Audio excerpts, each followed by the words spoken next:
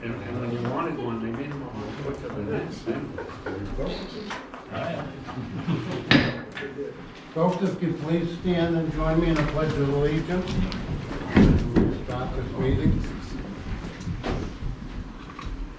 I pledge Allegiance to the flag of the United States of America and to the republic for which it stands, one nation, under God, indivisible, with liberty and justice for all.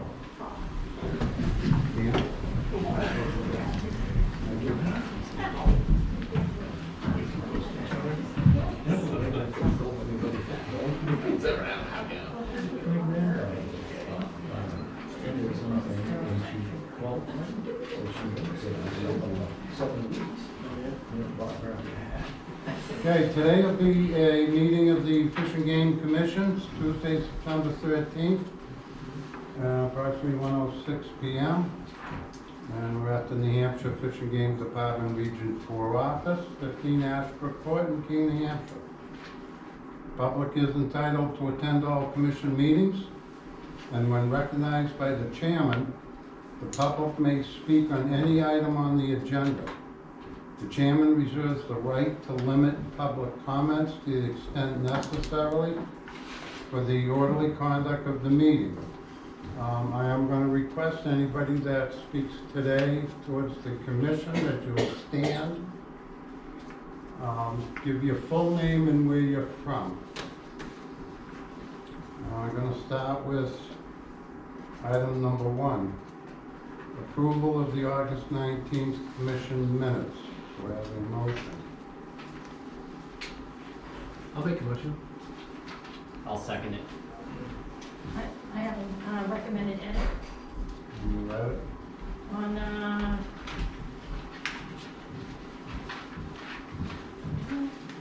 1, 2, 3, 4. On the 5th page, under sustainability and strategic planning, I believe it was incorrectly identified as Commissioner Hodgson, which is me, when it was intended to be Commissioner Hodgson.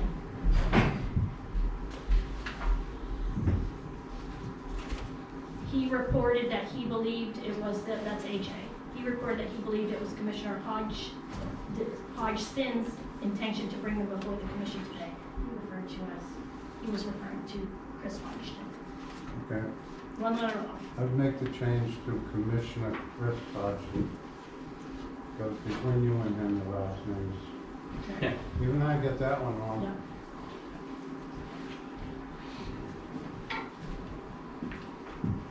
Everybody in favor of the change? Yes.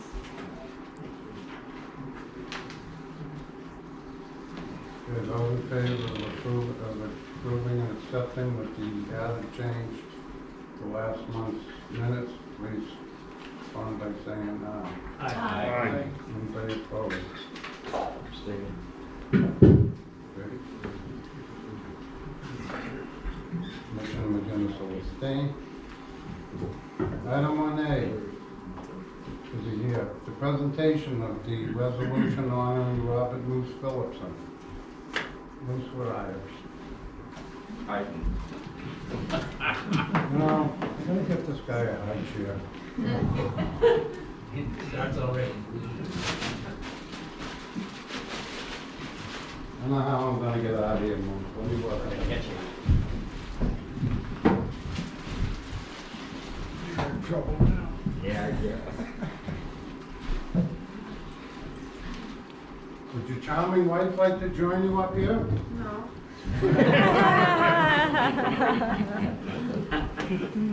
I'm with her. Yeah. The following resolution is honoring Robert Phillipson Jr.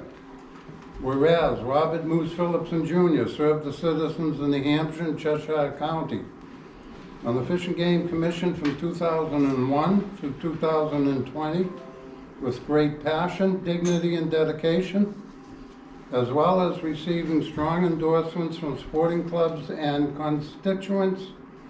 And whereas Commissioner Phillipson assisted with the numerous projects at Barry Conservation Camp, donating his time and equipment to construct the archery range and improve facilities in an effort for young people to have the opportunity to enjoy outdoor experiences and learn about conservation in New Hampshire. And whereas Commissioner Phillipson served many years as chair of the commission, and during his tenure guided the selection of 2 executive directors and dedicated many hours at the State House advocating for legislative actions that served the best interests of the resources and people of the Granite State. And whereas Commissioner Phillipson advocated for strong relations between sportsmen and landowners and issues relative to access for the pursuit of fish and game, including fur-bearing populations deemed fit for harvest by credible scientific methodologies. Now therefore be it resolved that the Fish and Game Department and Commission hereby express its sincere gratitude to Moose Phillipson for his many contributions to fish and wildlife conservation and offer their good wishes for many years of enjoyment in New Hampshire's greatest outdoors. This was unanimously adopted by the New Hampshire Fish and Game Commission this 13th day of September, 2022. I'd like to congratulate And the commission would also like to present you with your past commissioner's job. All right.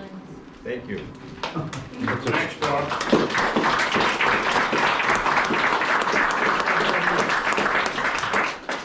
That's a child size, by the way. Well, that's what I figured. I'm sorry. Well, thank you very much for this. I'm honored. When I got on the commission, I pretty much was put way out of my normal comfort zone. But we needed somebody, and I figured rather than complain about what we got, maybe it was time to step up. But I couldn't have done it without the help from my wife and my daughter, who tolerated it through the whole thing. In fact, when I got on the commission, I wasn't even married and definitely didn't have my daughter, so all that happened while I was here. I had a lot of help from Region 4 office, between Teresa, before her Pat, had Dave Walsh was down here, Ted Walski, all of them people helped. Whenever I had questions, they provide me with the correct answers and were willing to help. So I couldn't have done it without them. And I appreciate my constituents and all the department people who tolerated me for nearly 20 years. So, thank you.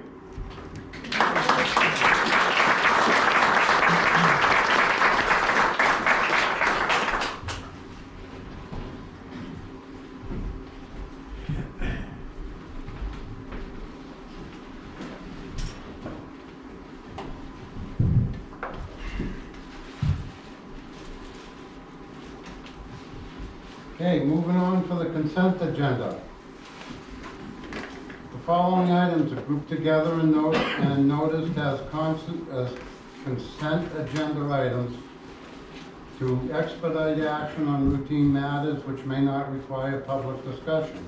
The commission members may remove certain items if further public input or discussion is deemed necessary. Item number 2A, approve to accept the donation of $1,743 from Kathy and Wayne McDonald to be deposited into the search and rescue account for the purchase of 2 ballistic safety vests. Item 2B, approve to accept the donation of $2,400 from Whitetails Unlimited, New England States, New York chapter, made to the Wildlife Division to support the Deer Project.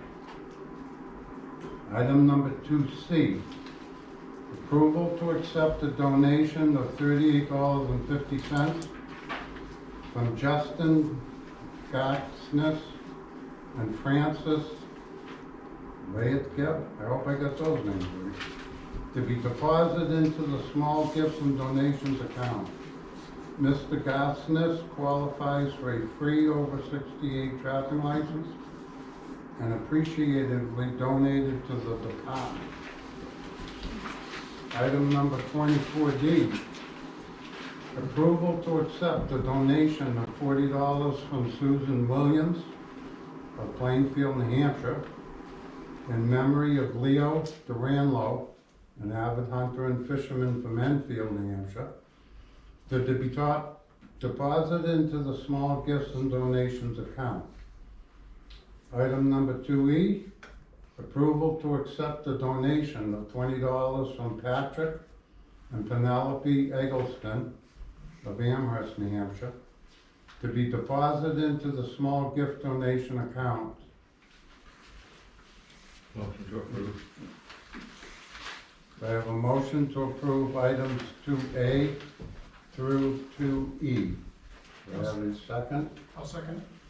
Seconded by Commissioner Temple.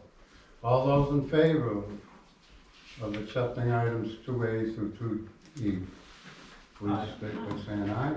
Aye. Anybody opposed? Those items pass. Informational item, financial statement. Oh, sorry. You're right. Sorry, I got 2 late items.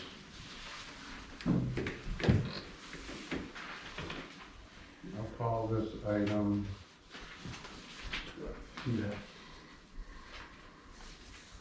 Okay, the first one I'm gonna call item 2F.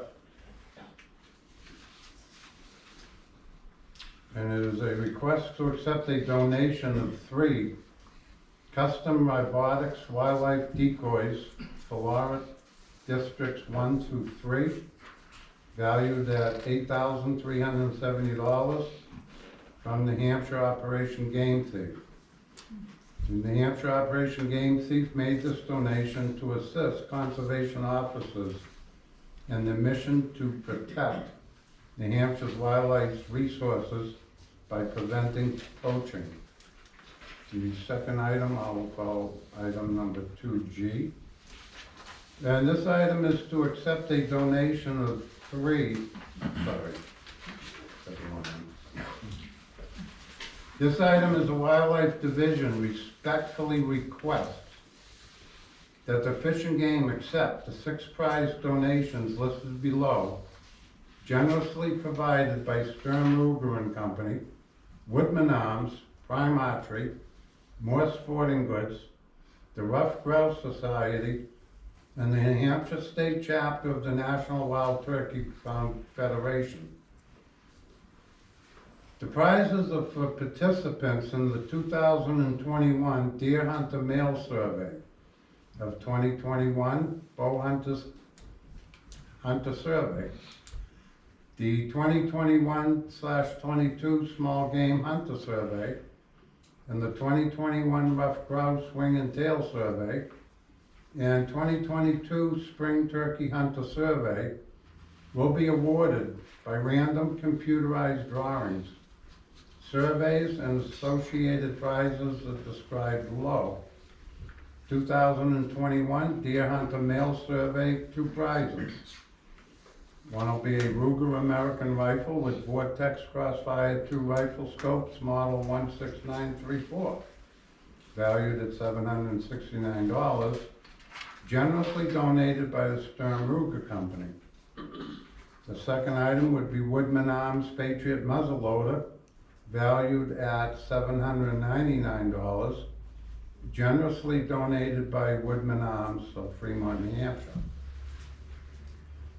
The 2021 Bow Hunter Survey 1 prize, Prime Nexus Compound Bow, valued at $999, generously donated by Prime Archery and More Sporting Goods of Hillsborough.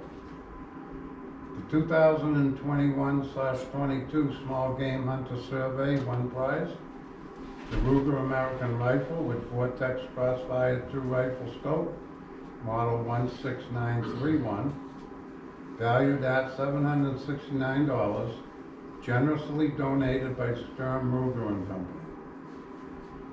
The 2021 Rough Grouse Wing and Tail Survey, 1 prize.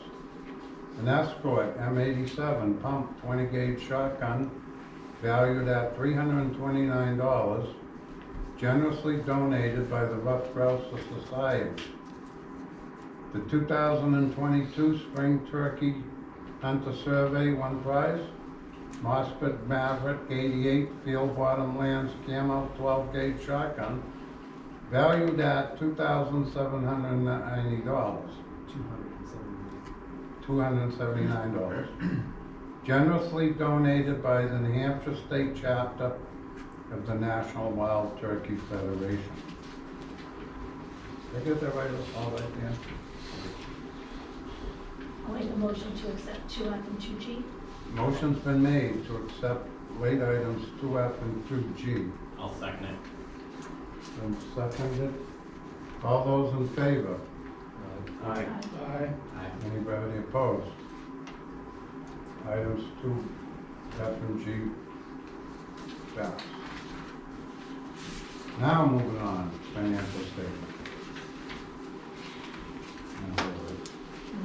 Was that added in the package, the financial statement?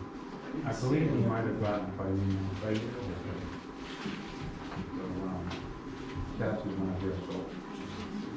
Move on to the second informational item, overview of future action item requesting to spend $50,000 from the Fisheries Habit account to purchase 4 backpack electro-fishing units and accessories. Diane Timmons is here.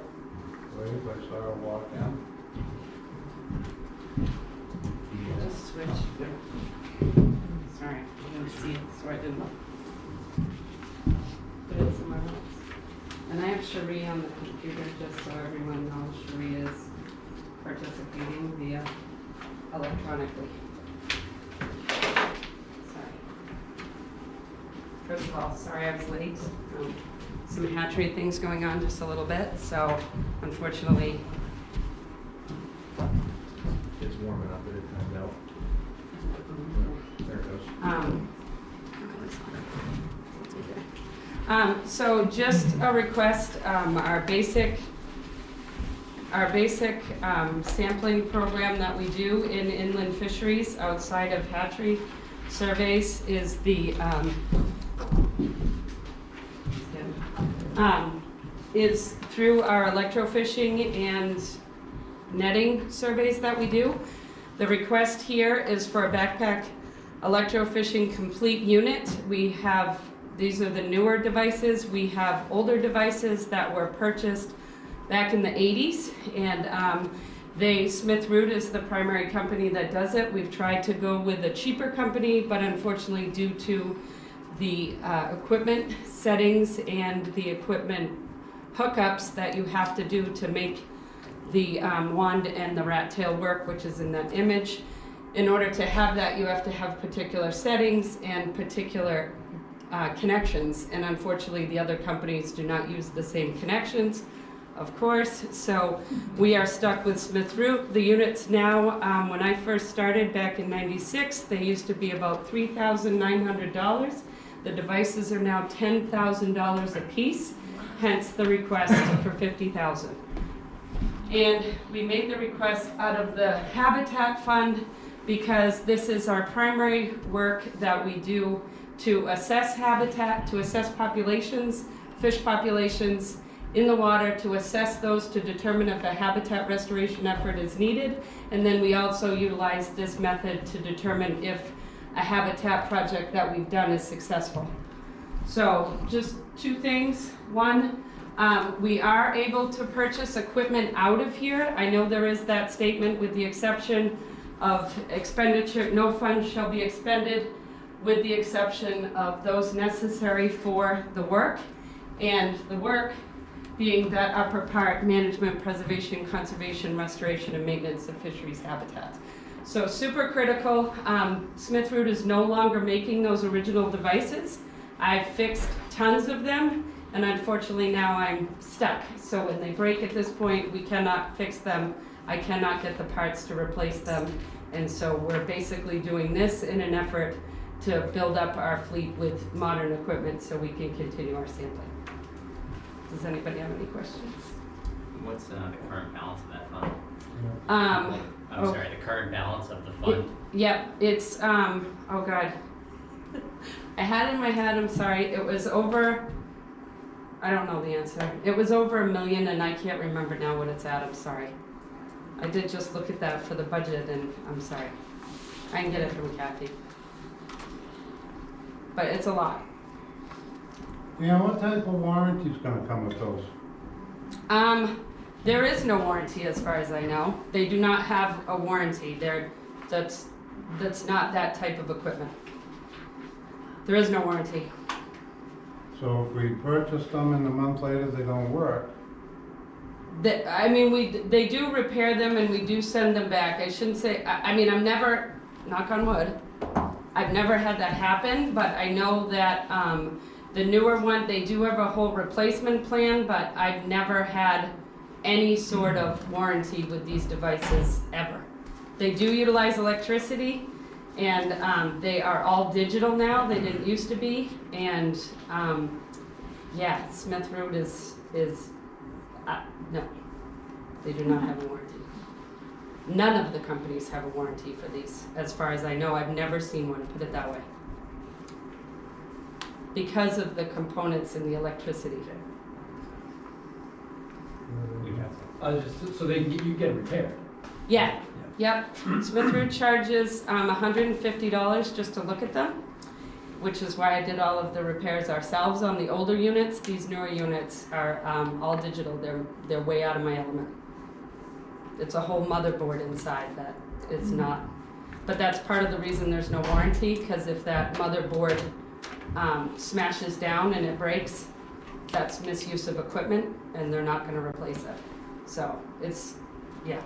Do you know if there's any type of insurance you can get on the equipment? So similar to the way camera equipment or computer equipment can be insured? I don't know that, but that's Yeah, a very, drones. yeah, that's a very good question. I don't know.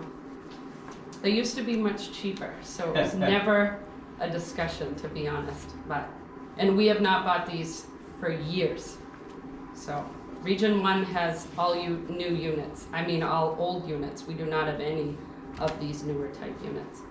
I mean, we're talking a unit, Diane, that's one number electronic. You said the key word motherboard. Yep, They're used to zooming you in streams with them, oh yeah, which is water. yeah. Water motherboards don't mix. Yes, they have sensors Um, now. There's all sorts of bells and whistles on them. Did they send you any paperwork with it, like a quote or the type thing? No, you can buy it all online, so no. I can get one though. I mean, I can get one from them. I myself would like to know more about the product. Sure. Commissioner Cavan. Diana, I'm curious, the units, do you essentially have them already assigned to people, or are you gonna have to hire technicians to train on a unit and go do the work? No, these are the same units that we've been using for years. There's new units in Concord, we just don't have any in Lancaster office.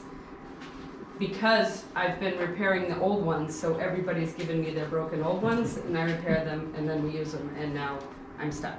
So, but the idea would be that even those newer units in Concord are really old. I think the last purchase they did was 2005. So it's, and they still work fine. It's just, the idea as we get further down the road, these older units need to be replaced. And I cannot get the parts for them anymore to fix them. And there are somebody on staff already that you hand this unit to? Everyone on staff knows how to utilize them, Okay. yeah. How time sensitive is this for you? Like, is this equipment that you're gonna be actively using through the fall and into the winter? Like, to Ray's point of wanting more information, like how pressing is this? We're good for a little while. Okay, You so know. if we did get more information between now and next meeting. Yes, that's totally Yeah, fine. this is Yeah. informational. Okay. Yeah, happy to do that, yeah, Yep. no. And I will look more into the warranty too. I will tell you, I've never seen it, and yeah, $150 to review something, I think is ridiculous, so. Yeah. Commissioner Hodgson. Great. Couple of questions. The battery packs that these use, are those the existing batteries, or do you have to also buy a new battery system to run these, and is that included? We built new batteries 2 years ago at the tune of $340 a piece, compared to Smith Root's $1,000 a piece, so. So you said that this vendor is more expensive, $150 to look at them, $1,000 batteries, but they work with the wands? They're the only vendor. There's Only- 2 vendors, ETS Yep. and Smith Root. Smith Root has all of the market because of the connections of the old units to be able to utilize the equipment we already have. So, because my question would be, when you add up the cost of $1,000 batteries, $50,000 in backpacks, if you were to buy a less expensive unit and have to buy new wands, are you still ahead of the game? Yeah, because we have 12 devices on station, so the problem is that to replace all of them would be significant. Yeah. And our battery connections that we just built are all for Smith Root connections, not the other ones. So, yeah, we looked into that. We looked into that when we were building the batteries, like maybe we should just transition out, and unfortunately the cost just wasn't, at that time it was not compatible.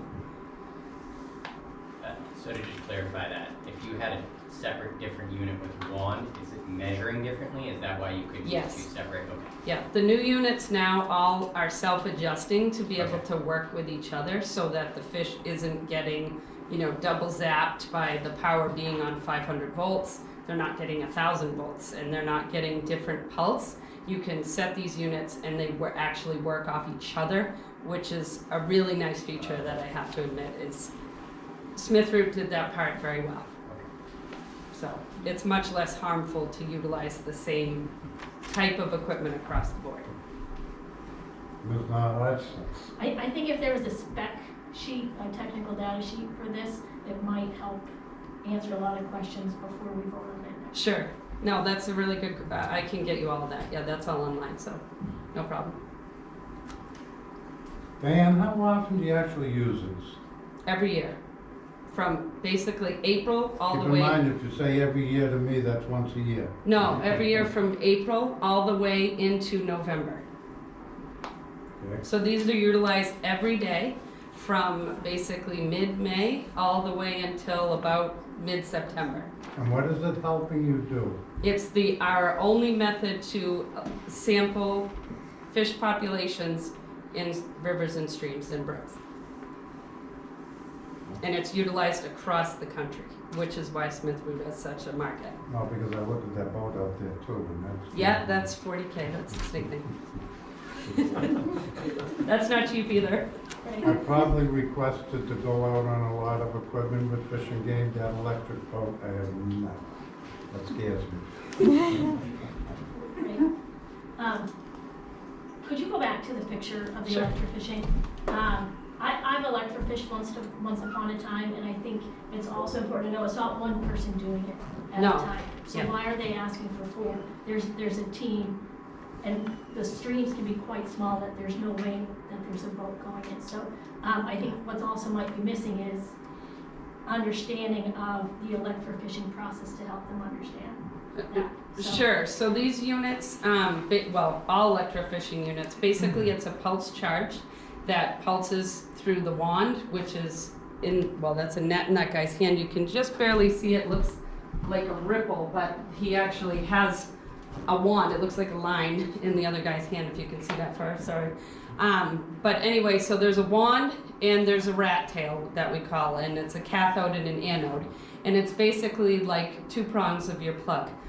The rat tail and the wand need to be in the water at the same time. So if they're not in the water at the same time, if your rat tail goes out on a rock or island or something, then it will stop working. And so the 2 prongs of the plug have to be in the water at the same time. And then it's a pulsed charge. So you're getting 600 volts at a varied duty cycle at a particular hertz. And all of that can be changed and set with these new units. In the old units, you couldn't set that. You set your duty, you set your 600 volts, and you set it to 60 hertz, and that was it. You really had no other options to manipulate. These, you can manipulate all sorts of things, much, much better for the fish. And so basically it's a pulse charge. It happens out from the wand and it happens out from the rat tail.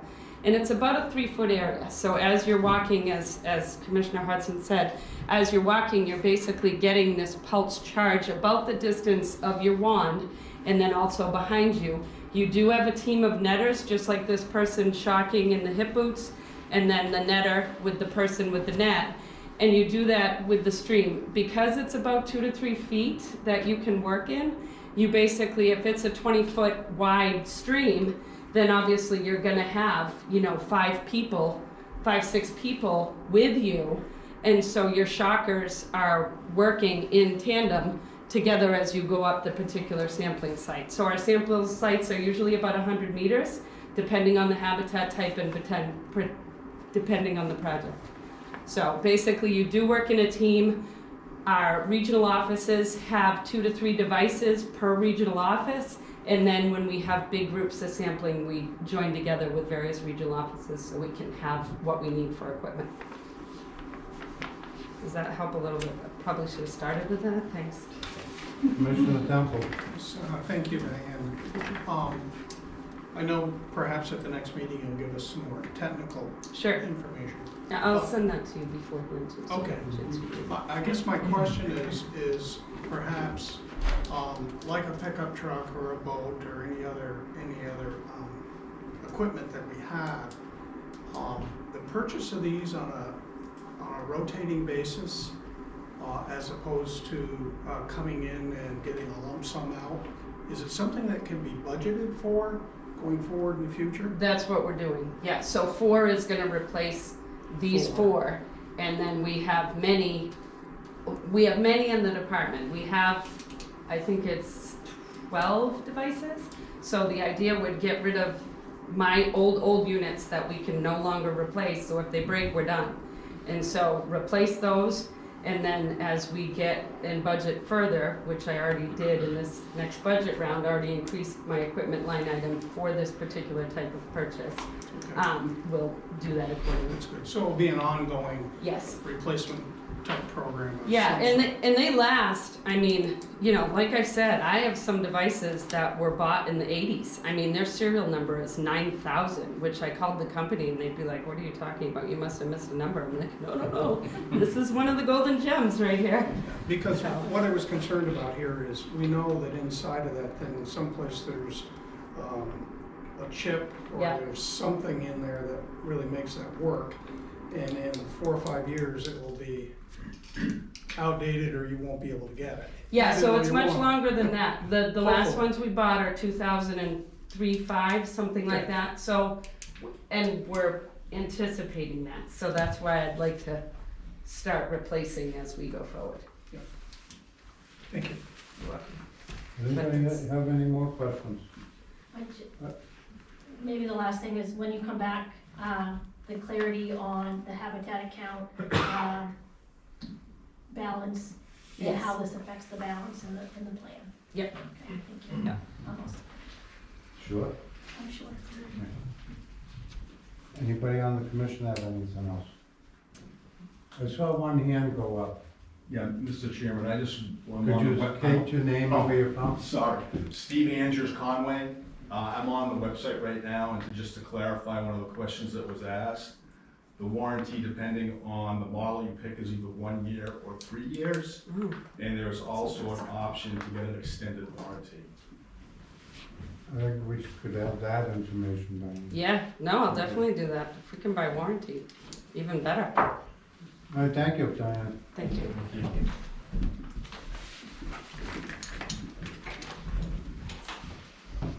Next is an overview of the landowner relations program by Mr. Boucher. Good afternoon, Chairman Green, members of the commission, Director Mason. Dan's firing up. It's hard to follow Diane. She's got so much information. Thank you, Dan. Yeah. If you have one of our shoppers, it might help. Well, I've actually been on the stream shocking crew, and it was described exactly how it is. It's, you know, when we did the landlocked salmon young of the year stuff, it would be across the Penny up in Woodstock. There would be 9, 10 of us, plus those with buckets and nets, so it was quite extensive. So good afternoon, members of the audience. I'm just here to kind of give you some information in regards to our landowner relations program, a little bit of overview, and along with some information about Operation Land Share.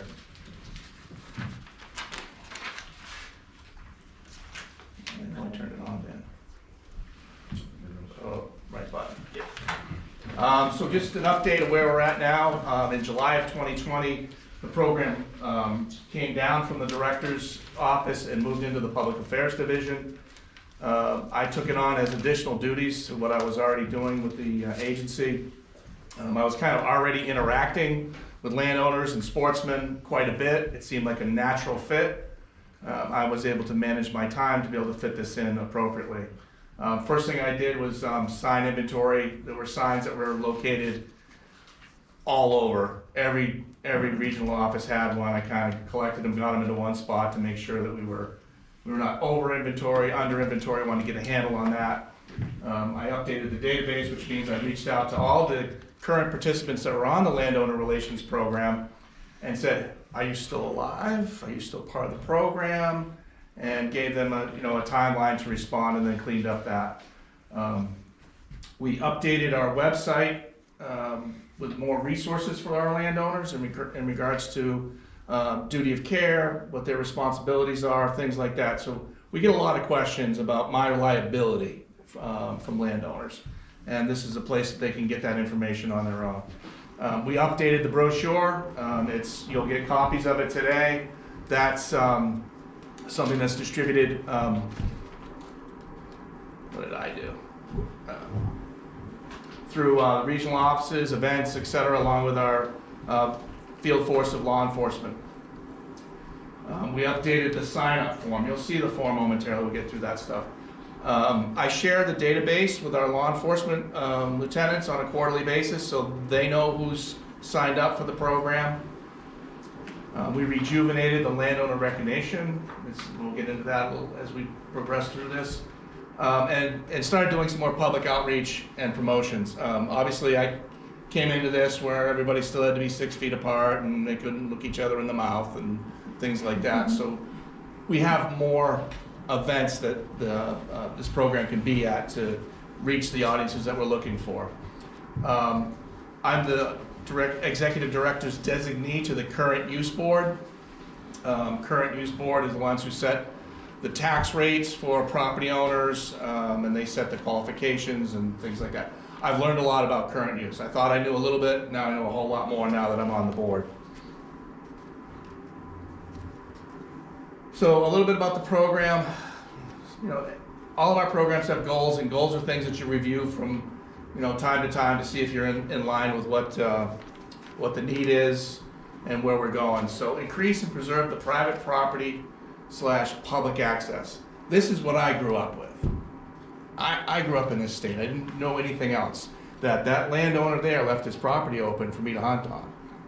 And then as I got into this process, I learned more about it, that it was very traditional. These large land tract owners wanted people recreating on their property, kind of, as watchdogs or what have you, with a sense of pride that they had this lovely piece of property that they wanted to share. Strengthen relationship with landowners is high on my priority list.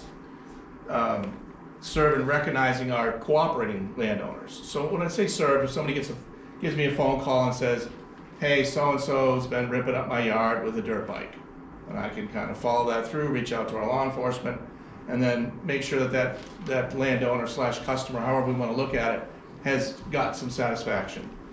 Of course, recognizing our landowners is vital. Without saying thank you, what do we have? The other goal of this program is to lessen those interactions or conflicts with hunter anglers. We've had a situation of a piece of property, Steve, you might be able to help me with this, out towards the seacoast where there was access that was cut off in 2020 that was a very popular trout fishing spot. The access was cut off not because of anglers, but because of kayakers that were utilizing that.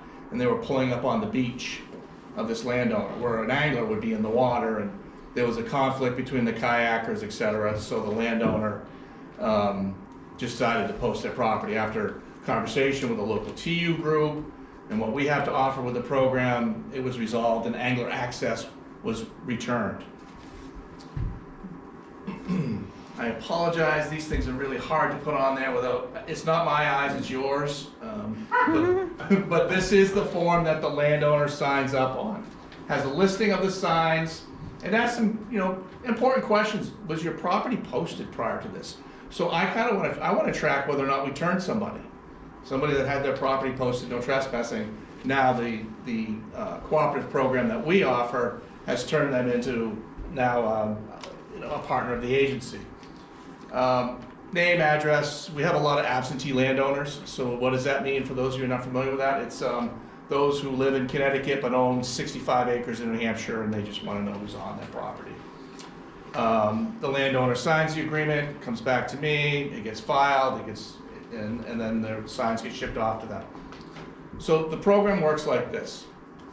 The agency provides signage to these landowners that address common landowner concerns. We provide these signs at no charge, provided that the landowner keeps a significant portion of their property open for hunting. How do we judge a significant piece of property when you have 600 acres or 16? Obviously there's enough coming around that house that needs to be taken out of that. So these are some samples of the signs that folks get. There's 16 different signs. We work a lot with farmers, so the livestock signs are very important. We have signs that are addressed to anglers in regards to their responsibility and their conduct and behavior on people's property. This one's pretty popular. Folks have gates. They don't want people going through the gates, around the gates. Seeing this sign, I know I can go hunt on it. I don't need to see a welcome hunters. I see foot traffic only. I know what I'm going to be doing there. A lot of these multi-use signs are deployed at property holdings of like towns or conservation commissions, where there's hikers, bird watchers, things like that. But because those types of properties within their easement allow hunting, this sign helps build awareness of these other activities that are happening on those properties. Excuse me. The safety zone is to be deployed in areas like around houses, paddocks, things like that, where you're going to have horses and livestock. It gives a hunter the heads up that, hey, there's a piece of property there. We have a participant in the program who abuts the national forest. They have a tiny little postage stamp 3-acre piece. Somebody could be coming out of the woods. Is it appropriate for them to have this sign? I think so, in regards to safety and helping them better understand these other practices that are happening on our lands. This is a favorite. We like seeing this one. And you'd be surprised how many landowners ask for this one. That they want hunters there to help manage the wildlife. I mean, they understand the role of hunting. And especially with the bear side of things, and in some portions of the state where the deer population is higher, that's definitely the case too. Currently, we have 443,000 acres enrolled in the, total acres, enrolled in the program, 432,000. So what's the difference there? That's the piece of property that that landowner has taken their house out of, or whatever that's out of current use that couldn't be used for open access. The enrolled acres is that open access where people can recreate.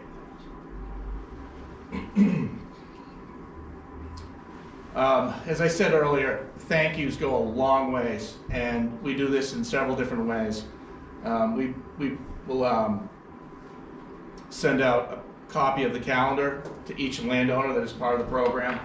We mail that to them with a letter from myself and the director, thanking them for their participation in the program. I try to touch base with them as much as I can during the year. There's a few larger tract landowners that I can actually call.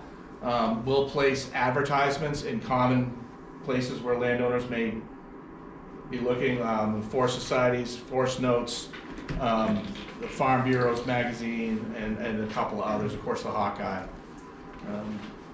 That's the basics.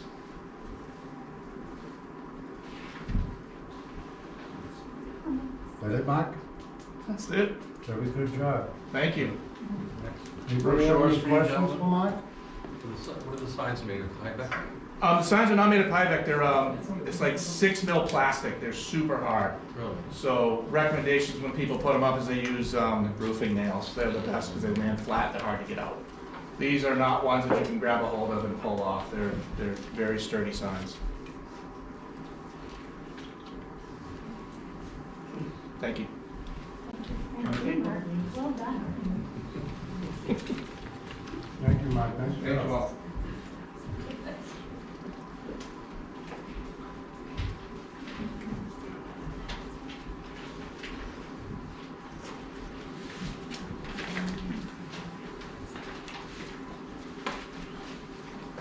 Next one, do I have a report from the legislature committees? Yes, you do. Legislative committee met this morning. We reviewed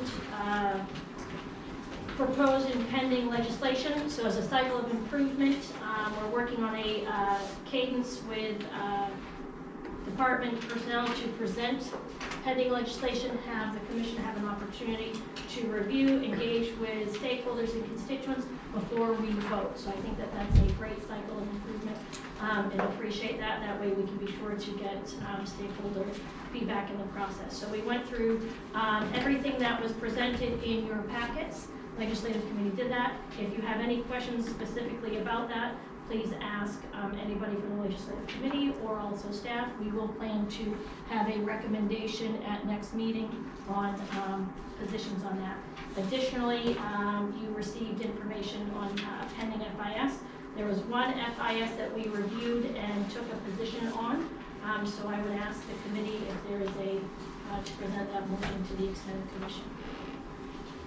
It is FIS 60803, shellfish reports. So it is absolutely the same as was before. There are no changes. It is just refreshing that after the expiration.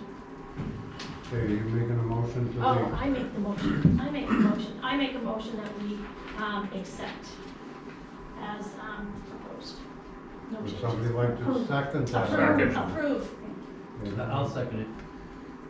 Okay, motion's been made and accepted. Any discussion? All in favor of the motion? Aye. Anybody opposed to the motion? The motion passes. At the end of your report, is there one? That's the end of my report. No, there's the information only, the importation rules. And I presented copies of this to the legislative committee. These are also for information only for the commission. They are mandated by HB 1299 from last year, the importation rules, and specifically, we're adopting an appeals process for the permitting. And it's just for your information so that we can get these rules, go ahead and start it into rulemaking. We're also changing the list of animals, right? So we're adding some different species of deer to the prohibited. Correct. Is that the right term, prohibited Yep, list? to the prohibited for importation. Because there's all sorts of different categories: importation, propagation, exhibition. So it's several certain species are being added to the list to prohibit for importation. And this is to try to protect our deer and moose from CWD. Chronic wasted disease. Marty, there's commissioners that are not present today. Can I ask that you follow up with that FIS on importation in email for everybody? Send it out in an email? Yes, please. Thank you.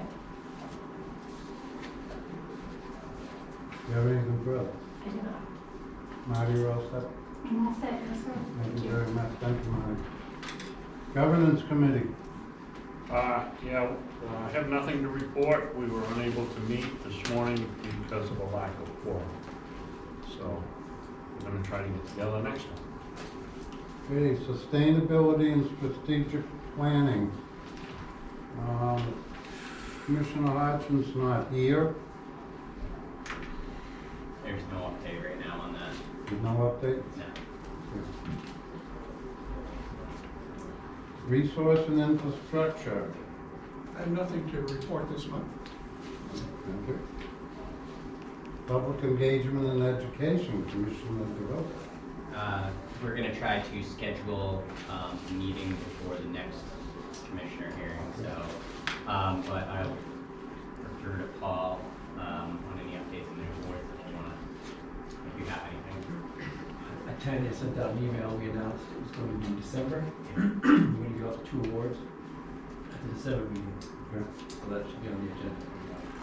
And the New Hampshire Rivers Management Advisory Committee and the Lakes Manager Advisory Committee, neither one of those positions yet have been,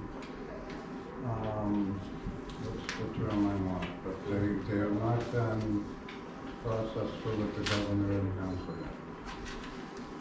And the one who's currently on Rivers, Chris Latcher, is not here. Do you have any old business? I do. Can you ask a question? Sure. Because Diane's captive in the room, I asked a question which Steve helped address in your absence at the Belknap County Sportsman's Club with regard to 2 phone calls I received from Cheshire County residents who like to fish the Saco. Can you comment on any discussions that have been had regarding the catch and release section, moving it, that does exist on the Saco currently? Understanding that there's, again, some user conflicts with tubers, kayakers, canoeists. Is there any real ongoing discussion, or has any discussion started regarding moving that section? No, nothing has been started, I mean, beyond, same as you, getting some phone calls, some requests, but actual internal discussions to change that at this point have not taken place yet. So,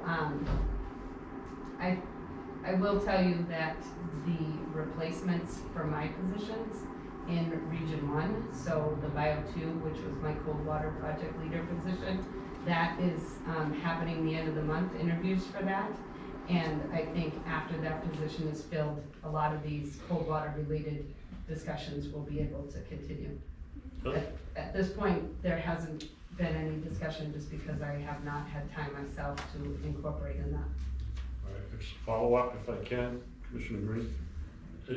Does that process go through a public vetted process? Absolutely. It does? Yeah, So all kinds of users could weigh in? absolutely. Okay. Yeah, both written and in person. Thank you very much. Yeah, and we'll publicize that too, so at any of the public hearings, any sort of changes, those get publicized, and so that folks can attend as desired. Very good, thank you. Anybody else have anything under old business? I'd like to just add under the old business, because it was asked a couple of times, but, for the commissioners, in case you haven't seen the colonel, right, he's already in there done.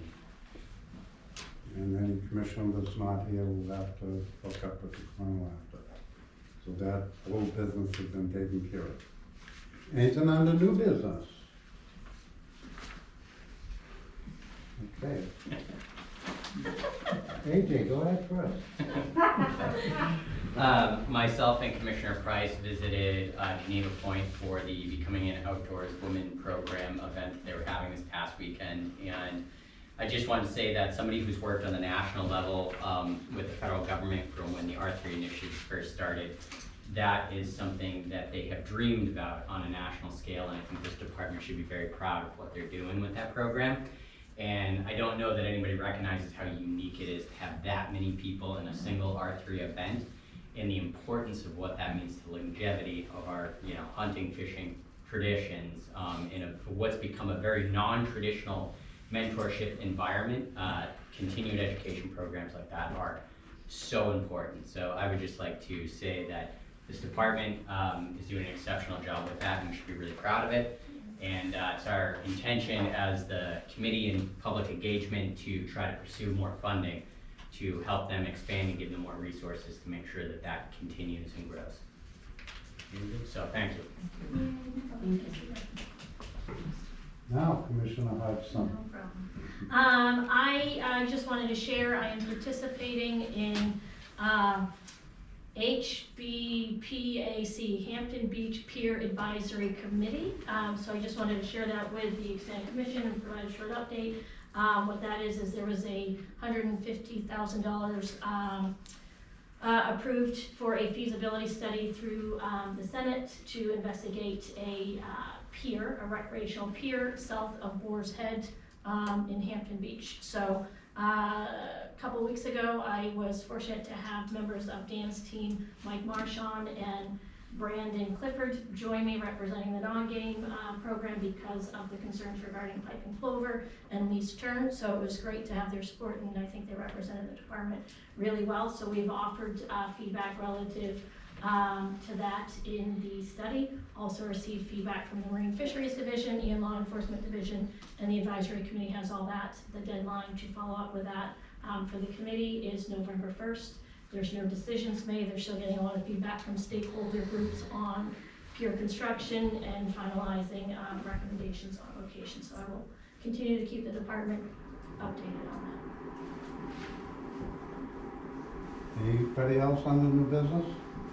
Yeah, I attended the advisory committee on marine fisheries meeting last week, and there was a lot of discussion about the proposed wind farms in the ocean. I had a question. Are you being kept informed on that? Have you been involved in any meetings? I'm fairly knowledgeable, but no, I'm sure he's not giving me a direct report on the meetings. Should the commission take a position on whether they support the wind farm or not? Is Sheree still online? No.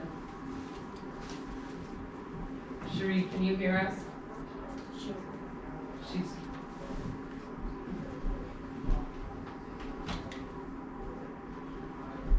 Can you hear us, Sheree?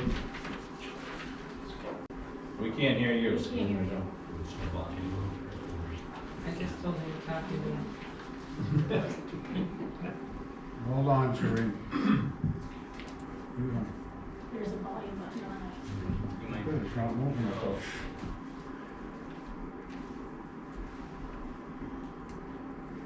No, it's muted all the way to the left. So I can hear. Can you hear me? I Now can we hear you can. now, Sheree.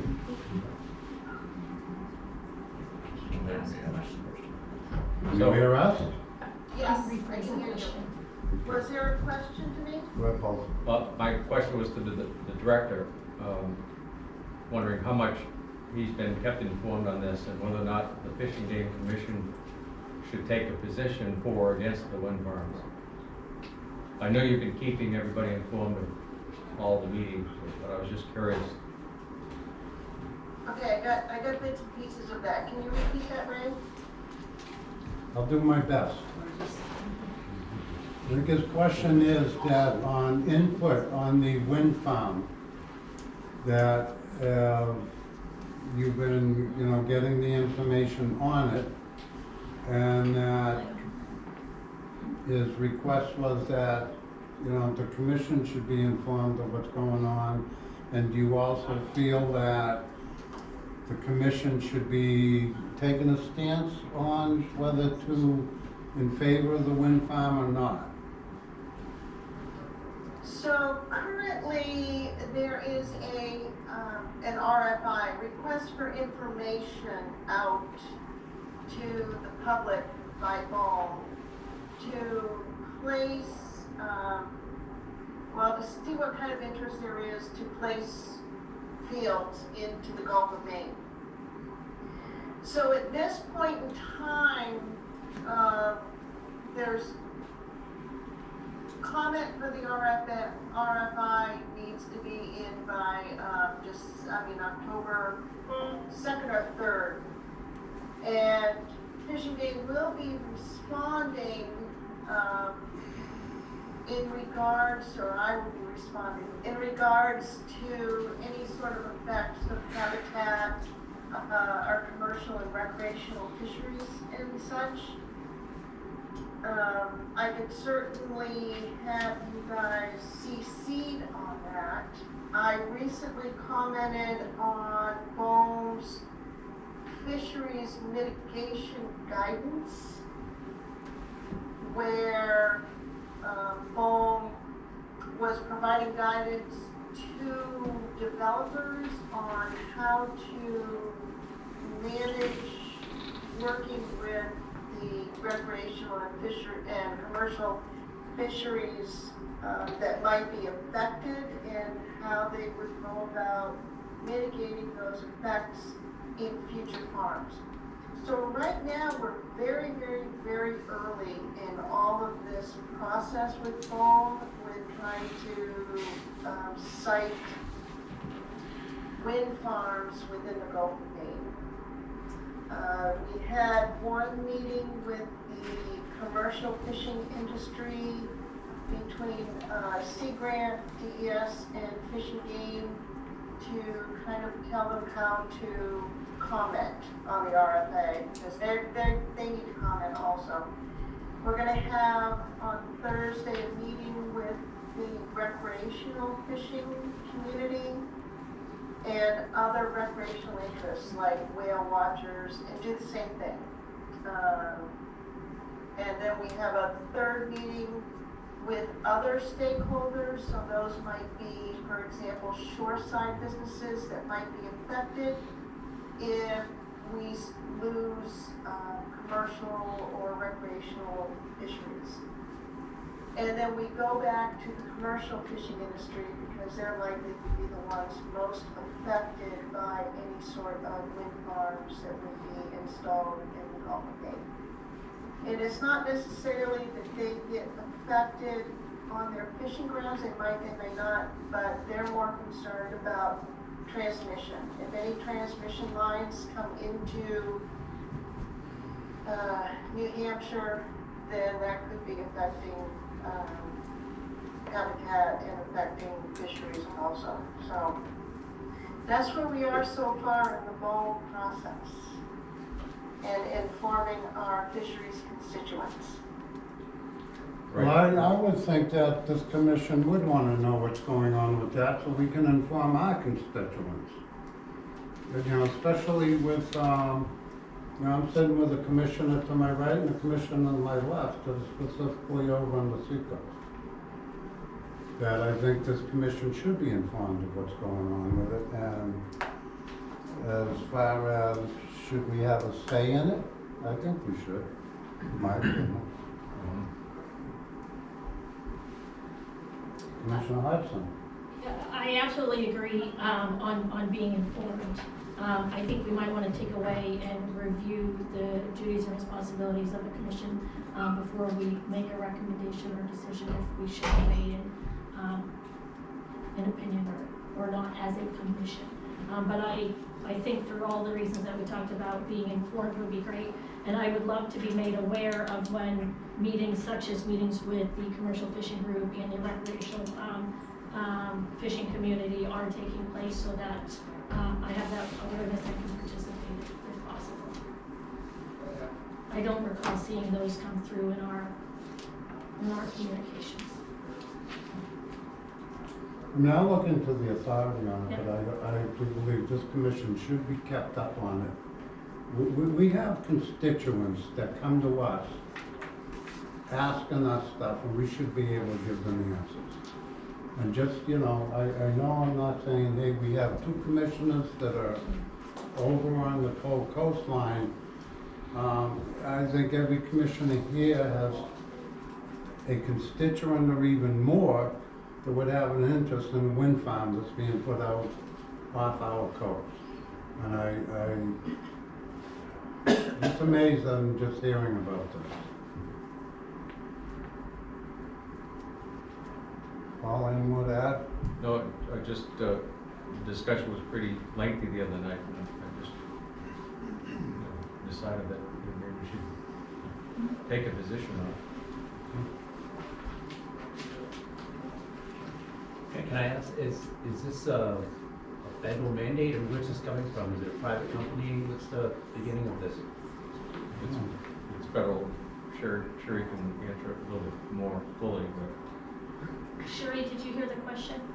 So I think so. This BOEM, which is the Bureau of Ocean Energy Management, it's a federal agency. They're in charge of offshore wind development.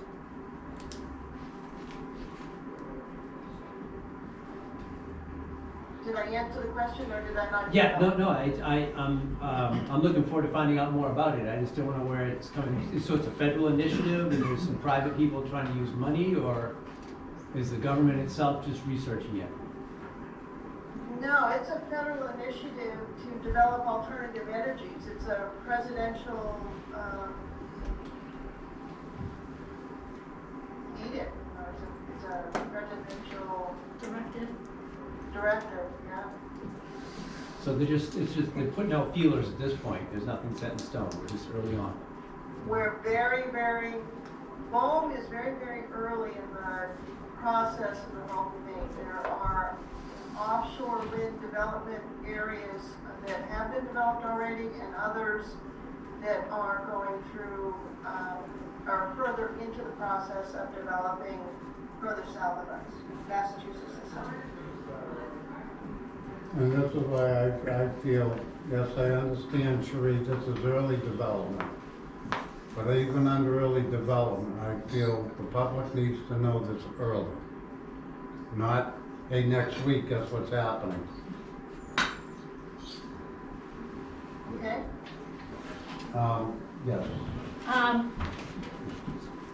So I'm thinking to make a motion that we request Cherie to do a presentation to the commission in the next month or two, so that we can all become informed and educated, and then that will help us make a decision as a commission on whether we feel that there needs to be a commission position. But we have a lot, there appears to be a lot of great questions, and so maybe that's the starting point, is for Cherie to do an introduction of the program and timeline, and we have some time to prepare for that. Did you just make a motion? I just made a motion. Second that motion. Commissioner DeRosso seconded. All those in favor of that motion? Aye. Say aye. Anybody Aye. opposed? That motion passes. Can you follow up on that for me, please? Thank you. Anything else under new business? Thank you, Cherie. Thank Yeah, you. thank you, Cherie. Sorry. Welcome. Nothing else under new business? I'm gonna bring up one item under new business. And this just recently is something that took place within the last day or two. This primarily affects the commission with these subcommittees, is that, you know, we had an example today of the chairman of the legislative committee could not make the meeting today due to a personal issue. And the question was asked, who's the vice chair of that committee? In order to call a shot on what's gonna happen, does the meeting get canceled, does it continue? I had checked with, yesterday morning, with the AG's office as far as some guidance on this. I gave you the guidance, I used that guidance this morning. I think it's time that on the committees, on the subcommittees, that I know it's my duty to fill a committee, assign a chair to that committee. But what I would like to see is a vice chair or a backup person on that committee of each of the subcommittees.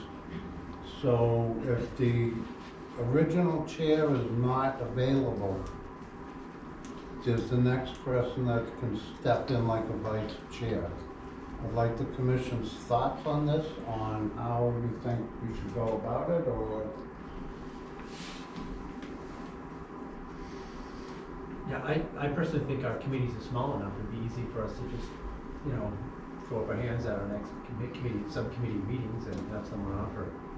I think that can be handled inside each committee. Well, I'm just concerned whether or not this should be under, I'm very big about being open. I would like to commit the commission to make a choice. Do we want to go with vice chairs? My thought on it be where, yes, I assign the chair to a committee. I'd rather see it that chair assigns their own vice chair. But I think we need to clean that up a little bit. I don't know whether, I think you know, it would, make a motion to do that or not. yeah, and I think it would be beneficial too, from the lens of being a newer commissioner, or the newest commissioner, not really understanding the rules of engagement. It'd be nice to have a vice chair, like in my case, Paul, who has done it previously, to, in a way, mentor the process. Vice chair can play a significant role for people for that too, so. Well, like I say, I ran into this morning on the legislative committee, actually yesterday. The legislative committee, no offense to the other committees, but let's face it, the legislative committee is probably our largest, I think, a very extremely important committee. And when I got a gray area thrown at me, I was asked, who's the vice chair of that committee? Well, there isn't one. So I think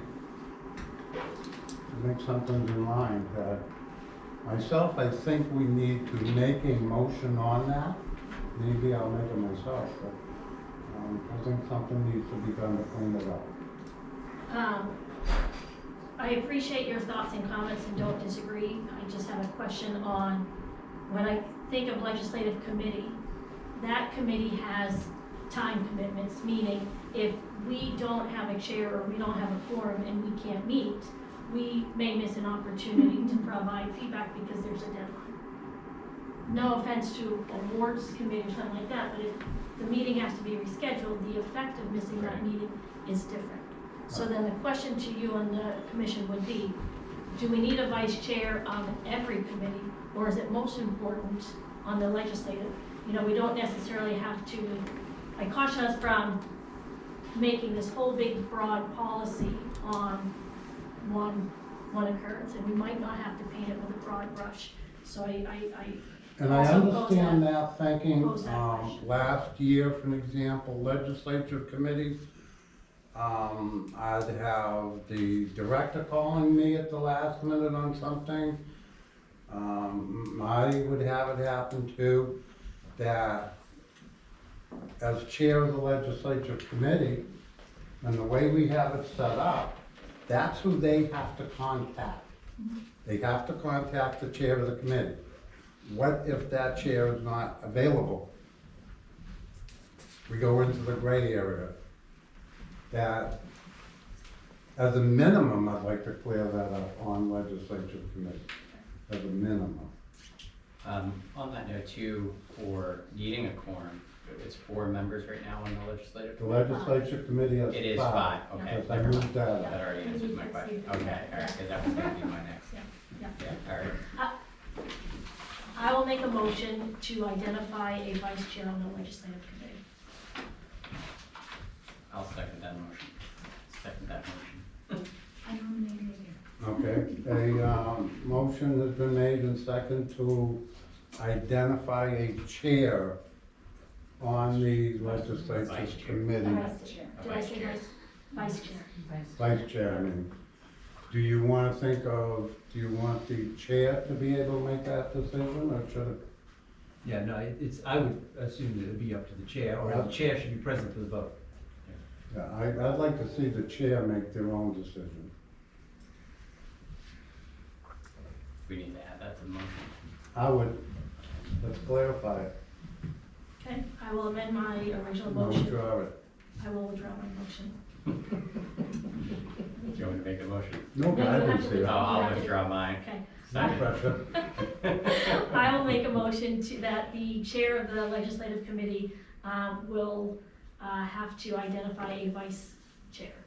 And I will second that. Among the current members? Among the current members, I will make a motion that the chair of the legislative committee has to identify a vice chair among the current members of the legislative committee. And I will second that motion. All of those in favor say aye. Aye. Opposed? None? Very good. Done. Thank you. And I would leave it to the commission to have a It's done. discussion if they want chairs on other committees. And hopefully that, I hope that helps out, you know, the director and I, because we're getting ready to go start up. Anything else under new business? Not hearing any. Commissioner reports. Commissioners will report on the recent activities that relates to Fish and Game Commission duties and responsibilities. Does any commissioner have a report they'd like to give? Not hearing any. Director's report. As of 6:30 last night, USDA APHIS has removed the restrictions that they had issued on bringing back uncooked waterfowl from Canada. So any of you or your constituents that are planning on traveling to Canada, that is no longer a requirement. I'd also like to take a second and remind the commission that this is the 85th anniversary of the creation of the Pittman Robinson Fund. So I believe the Congressional Sportsman's Caucus is planning some events around that nationwide. Some quick updates on the hatcheries. I would like to thank the commissioners that were able to attend the tour of the New Durham hatchery and get a chance to review the pilot testing program and process that we're doing there. HDR is the engineering firm that's comparing the different methodologies of wastewater treatment. I think that will be key to some of the decisions that I'll be making in the near future on the future of our hatcheries. We are in the final negotiations on the Merrimeeting watershed study. That is part of our settlement agreement with EPA and CLF. We're in the process of working with Department of Public Works and selecting the design team for the new hatchery project. And as you all are aware, EPA and CLF has issued their press release on the proposed settlement agreement. I attended the Congressional Sportsman's Foundation shoot that was held down at Sig Sauer earlier last month. Had a meeting with Conservation Fund. They were celebrating Diane, would completion be the wrong word, BB? Yeah, they've done a lot of work. All habitats are ongoing. There we go. That would probably be a good way to say it. But they've been doing a major watershed project on the BB River, which is, I would say, north and east of the Plymouth, town of Plymouth. After the presentation on the BB River, they held a meeting. Their national president of the Conservation Foundation, Larry Swizer, was there, and we had a roundtable discussion concerning issues facing conservation easements and the role that conservation easements can play while maintaining local rural economies. On Arawa, Mike Marchand and I have met with the staffs of both New Hampshire U.S. senators to get their input on where they think RAWA is in the process. Both of them agree that we probably will not see a vote until the lame duck session. I know there's still a hope that there will be a vote prior to that. AFCO is still thinking that will take place, but that's just where our senators are. Attended the annual rendezvous of the New Hampshire Trappers Association at Sandwich Fairgrounds. The department had fair booths at both Lancaster and Hopkinton. I had an opportunity to work the Lancaster fair booth. As we heard earlier, we had last weekend was I believe it was our first weekend bow event since COVID, and it was very successful. I think there was 117 participants, I believe. Yeah, and then a few no-shows. So Yeah, we had a few no-shows. And I want to remind the commission that we are trying at this point in our budget to change over from a part-time bow coordinator to a full-time position there, with the hopes of trying to expand that program. We are in the final stages of putting together our budget proposal for the governor. Couple of other issues that are floating around. The Coast Guard has questioned the way New Hampshire manages its boat registration program, whether or not if that registration fee is legal under their rules. The issue at hand, this came up in an audit of the Marine Patrol on their federal monies. And at this point, if something doesn't change, Marine Patrol stands a chance of losing their federal monies for their program.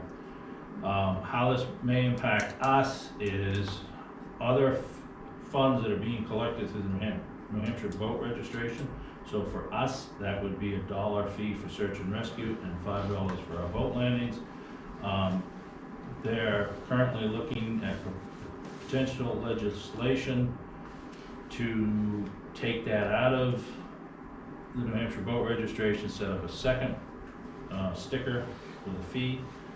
My suggestion, there are at least 9 other states that are currently under this gun with the Coast Guard. One of the Assistant Commissioner of Public Safety, he quoted that there was probably over 20 that eventually will be. So I requested that we reach out to our federal delegation and see if there might be more of a federal option here than each of these states trying to come into compliance. So they have, their national organization is meeting in Manchester this fall, and they are planning on reaching out to the federal delegation to see if they can get some support for making some changes. Any questions? The Marine Patrol Association? Marine Patrol, State Police Marine Patrol. And one other question, that issue came up with the tuna permit. Yes. This summer. Is that underway for next year? Or? That kind of all fell apart. So I have not gotten any response from the new management at Yankee Co-op on it. I've been told that the gentleman that was running the tournament didn't necessarily leave on good terms with the co-op, so there doesn't seem to be any local pressure for that. So I haven't gone beyond that. Probably wouldn't hurt to make the change though, have it available if the tournament did come back.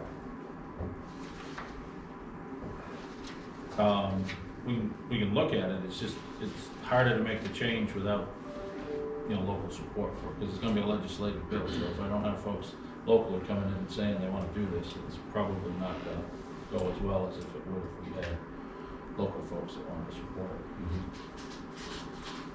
So if you've got other folks down there other than Yankee Co-op that's interested in it, that, you know. Yeah, it used to be a tournament at Wentworth every year, and there was no issue, it would be an issue today. Yeah. It's just simple, to me, I think it's just a simple fix. It would give you the ability to give the tournament, permit to land the fish. Right, but it's a legislative fix, unfortunately. Right. Right, Marty, that was gonna be a legislative fix, right, yeah. Okay. Easy to fix it if it's under my control, but legislative a little bit, couple more steps. That was gonna be the intent, is to get done with legislatively. Right, but without support, I just don't see the point in us going forward with it without, support from the fishing, from an organization on the seacoast at one point. Why does the organization, why can't the Fish and Game want to do it? So that you don't have that, you have the ability to give it if you feel that it should be sanctioned, rather than, how can we do it, because the law doesn't allow us to do it. We certainly can, but it's just a harder push for us to get that accomplished, that's all. I think it's a very small change to the wording in that. Paul, could you Bring it up. explain the change that you're talking about? Okay, so there was a tuna tournament this summer in Seabrook. I think there were 75 boats, and half of them were from out of state. In order to land a fish in New Hampshire, it was a $300 pot, $500. Oh, For an out-of-state. The out of state, right? In-state, I think it's relatively inexpensive. Right, right.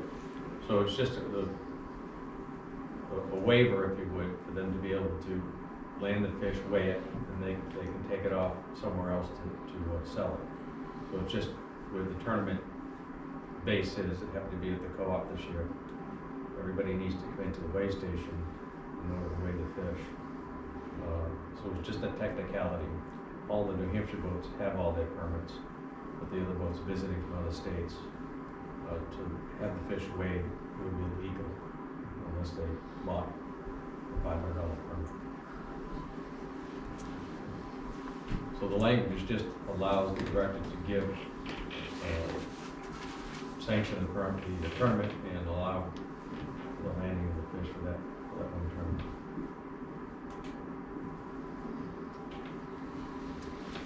We had it all. And I think there was a big change at the co-op. I'm not firsthand of what happened there. There was a blow up of the co-op itself. Right. And then I think everything else fell apart with it, but it was a very successful tournament, a lot of money raised.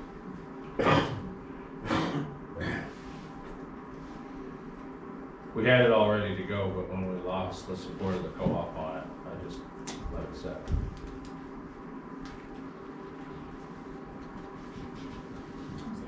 Oh, that, do you what? I was thinking. Thank you. Yeah. All set, any more questions? Was that what you reported? That's it. Okay. Call to the public. Anybody from the public have anything that they'd like to ask the commission or the director? Not seeing any? Comments. What? Comments. What's I said, You comments? said ask. All right, anybody want to ask or make comments to the commission of the director? I feel like I'm at home. Not seeing any? Do I have a motion to? I have a comment, if I could, before you take a motion to adjourn. Sure. We were handed out for today's meeting. Yes, a letter. The letter from the Maine Wolf Coalition. Are those folks present? No. Okay. Is this something that we as a commission should be getting ourselves up to speed with? And I think that's the idea of the letter. It gives the commission the chance to read the letter. And, it's what you do with that letter, that you've been informed by this coalition on what they're saying in the letter. Okay. So I assume at next month's meeting, we're going to talk about fur bearers. I don't know. I think that's on the agenda, or I hope it's on the agenda. Anyway, and I wondered if this, at least a briefing from from staff would be helpful to commissioners with respect to the wolves that were recently, in this case, I didn't read it, but briefly, wolves have, been killed in Maine, I guess, and I know, this was just handed to me today. okay. I saw that it was a letter, and I've handed it out to the commissioners so you could read the letter. I'm sure coming down the road, somewhere along the line, we'll hear about that. Dan? Yeah, so just, if I may, because Tanya had just mentioned this to me quick. So this letter just came in. I don't think anyone's had a chance even within the department to review it, so. Okay, thank you. And on that thread, and I think ultimately what he's asking is like, this is pretty much saying, are there wolves in New Hampshire? And I guess as a commission, we want to know the answer to that question, Yeah, and so- if it's something that, and how it affects us as a state. We can discuss that internally, and then certainly we can discuss it at the next commission meeting. But yeah, this just came in, so no one's had a chance to review it yet. Well, I continue to get a few calls, not a lot of calls, with respect to the coyotes.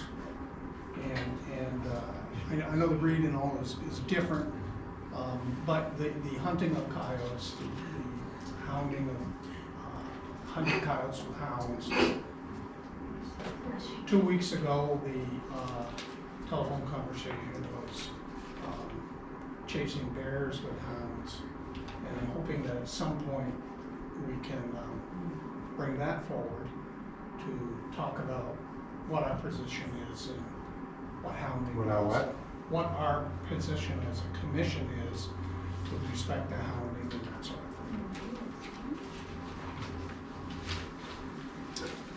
thing. You can come up at a later time if you'd like. You have that right to bring it up. Yeah, well, I guess what I'd like to do is, why don't we try to have a discussion perhaps at the next meeting? What? At the next meeting, perhaps? Okay. Just for clarity, we had planned on the predator presentation. Right. And expanding that into a little bit into the wolves. I would dare say hounding, hound hunting is a broader issue that would go beyond that. And we also want to have a presentation on offshore wind. So Right. do we want 3 presentations at that meeting, or do No, we we want to do not. space The them last out? time we had No. three presentations, it was. Sorry? Last The last time, time we had 3 presentations, we got too many. it was too many. So, what would you like, Rick? I don't wanna have 3 presentations at one meeting. We're having a presentation at the next month on fur bearing, correct? Yeah, predators, I believe. Yeah, predators, or, I get the gist of that. Yeah. I think we need to get a presentation from Cherie, that you have I made a motion. miraculously volunteered to get with Cherie and see when she could have a presentation done? Maybe. That probably falls on the director to coordinate with Sherry Probably. on schedule. But if we had an idea when she has a chance to do a presentation. I asked for it in the next month or 2. Yeah. Then we have, where are we? September, October, November, don't we have a presentation planned in November? You do. And we also have a presentation planned in December too, correct? The awards. The awards will be pretty quick in December. The what? The awards committee, we're gonna present, I believe it was December that. Right. But I believe it was a presentation, and I could be wrong, but I know I've had the conversation with the director of putting together a schedule for next year, and one of the requests was not 3 presentations at once. If I may, hounding is a method that the game division has continued to, use, the department use. And I think next time we have our game management discussions, we can ask, for I don't know if that's anything that's pressing, but, as far as the department stance on it, or you're asking just the commission stance?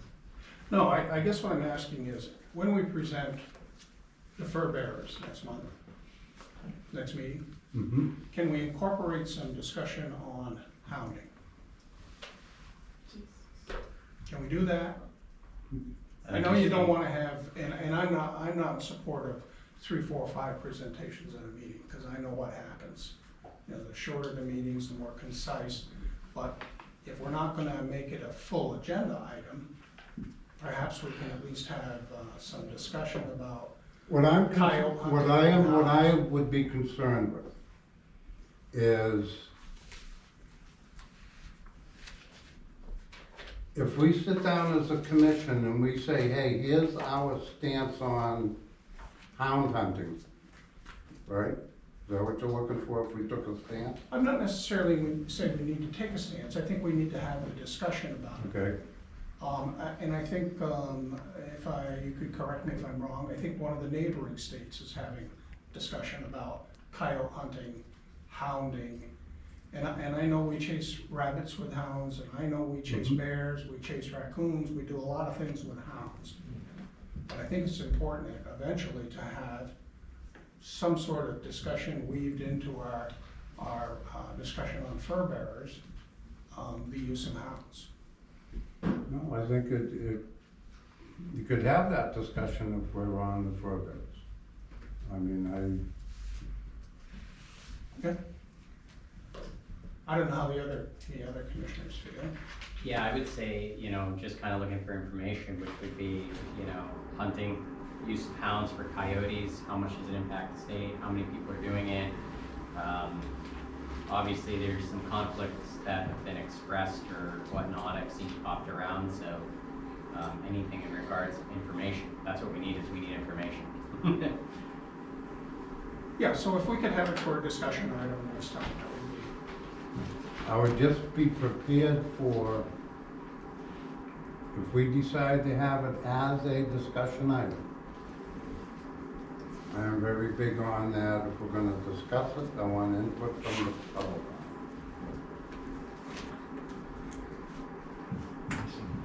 We might find Sharice not available till later, so we'll see.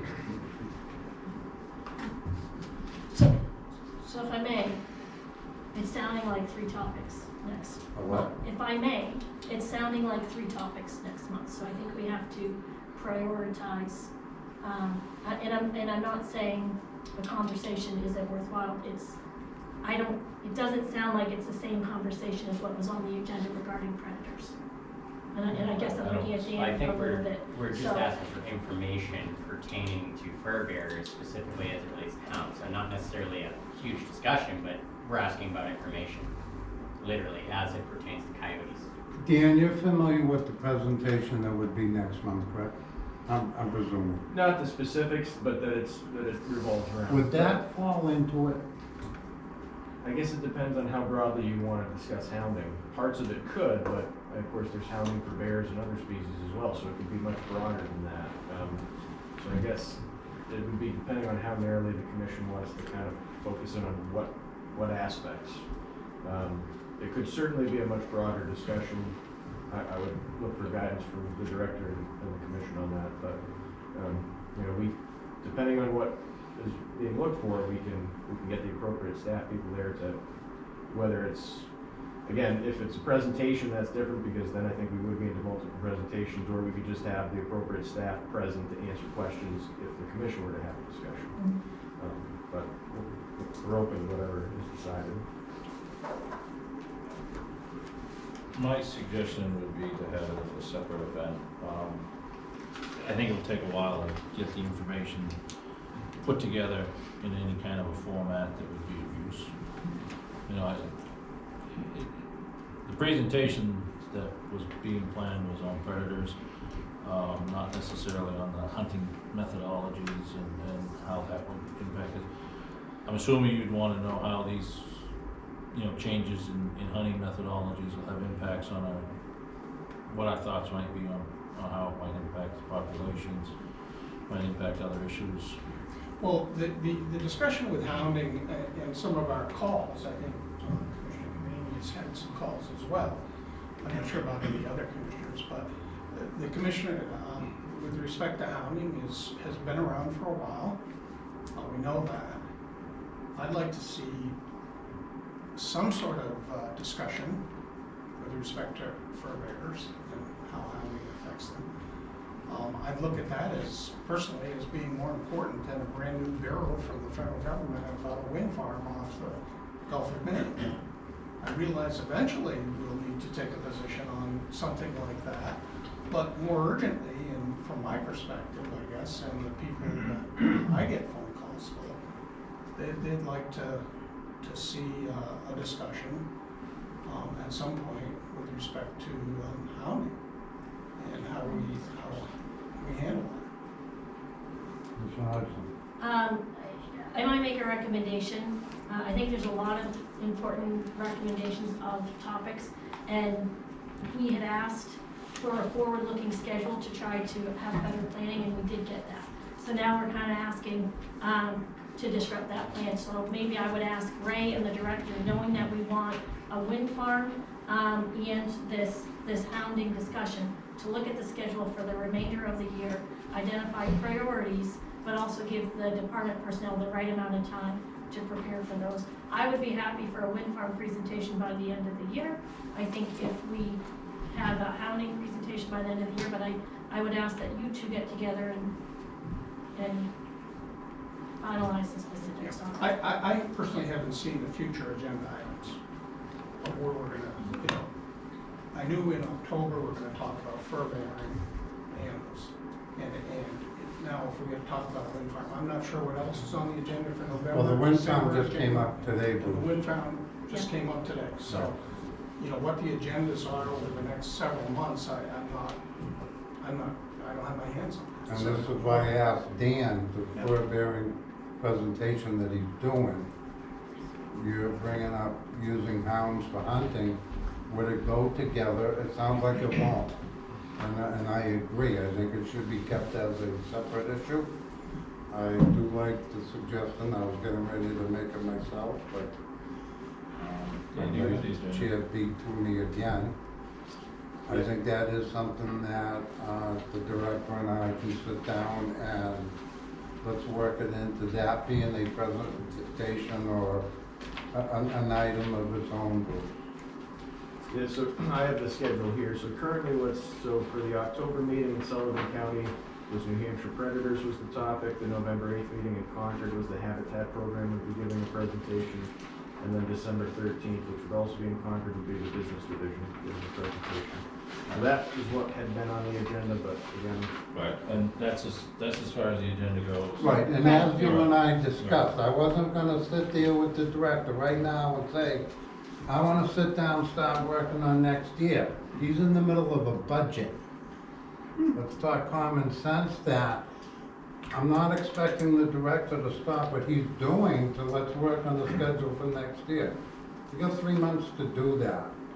But he and I have agreed, we will be sitting down to come up with a yearly schedule for next year. I think that item should be an item of its own, and we'll work together on getting it in there, Bruce. Okay. As long as we know. Sir, Can I ask just state your name and where you're from, please? Bill Travolsky from Ackworth, New Hampshire. Okay.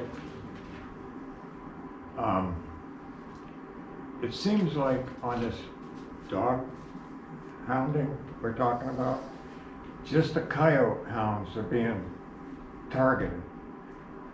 If the commission's gonna take up this issue in the future, I think it should include all hounds, whether it's duck dogs, pheasant dogs, woodcock dogs, all hounds, not just the coyote. Thank you, sir. Anybody else? Does anybody have any other items under the call to the public for comments or questions? Now can I entertain a motion to adjourn? I'll make a motion. I'll second it. All those in favor of the motion to adjourn? Aye. Aye. Aye. Anybody Aye. opposed? We're adjourned.